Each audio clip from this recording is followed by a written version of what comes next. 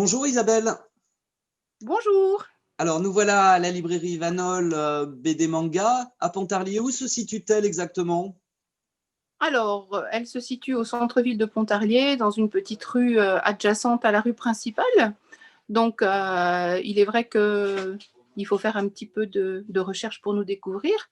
Mais dès qu'on nous a découvert, c'est une adresse qu'on retient facilement sur Pontarlier. Alors quels sont tes trois coups de cœur à nous présenter?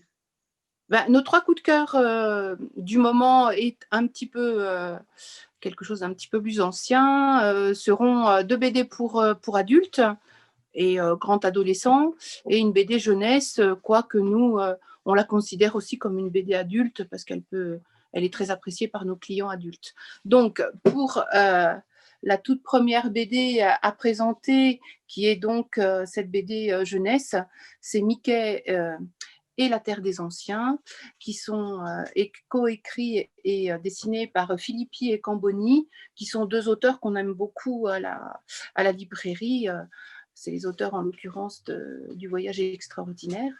Et Elena a une très bonne idée de faire dessiner une aventure de Mickey qui est du coup une aventure très moderne, qui reste traditionnellement une aventure de Mickey, où Mickey va nous entraîner vraiment dans un tréfonds d'un endroit très particulier où les villages se situent sur des gros blocs de pierre. À lire absolument, ne serait-ce que pour le côté magnifique aussi du dessin qui crée un univers vraiment très magique. Donc ça s'adresse éventuellement aux ados, enfants et adultes. Oui, souvent c'est une BD qui était achetée plutôt pour les enfants, et finalement les ados puis les adultes la lisent aussi parce que c'est une BD assez magique et extraordinaire et qui nous emmène vraiment dans un univers de Mickey, mais en même temps dans un univers vraiment, vraiment, vraiment extraordinaire. Très bien. Alors Isabelle, ton deuxième coup de cœur? Alors, notre deuxième coup de cœur, qui remonte à 2019, mais qu'on défend énormément à la librairie Vanol, c'est l'excellent titre Révolution de Florent Groazel et de son acolyte Locard, qui parle bien entendu de la Révolution française. Mais franchement, moi, si on m'avait parlé de la Révolution comme ça quand j'étais à l'école, eh ben, j'aurais beaucoup apprécié parce que c'est un ouvrage merveilleusement dessiné. C'est un ouvrage excessivement documenté et qui a la particularité de nous parler de la Révolution française, mais du point de vue des anonymes. Et ça, c'est un bon parti pris. Et on est vraiment passionné, même si on n'est pas amateur d'histoire particulièrement. C'est comme une aventure inventé. Et franchement, je suis très contente que ces deux auteurs-là aient eu le prix d'Angoulême cette année parce que c'était largement mérité et on attend vraiment le deuxième tome avec impatience. Ça c'est vraiment un cadeau de Noël à faire hein, pour découvrir la bande dessinée et l'histoire. Oui, c'est vraiment découvrir la Révolution française qui est un moment très très important de notre histoire et de le découvrir d'une manière vraiment, vraiment extraordinaire. Et enfin le dernier coup de cœur?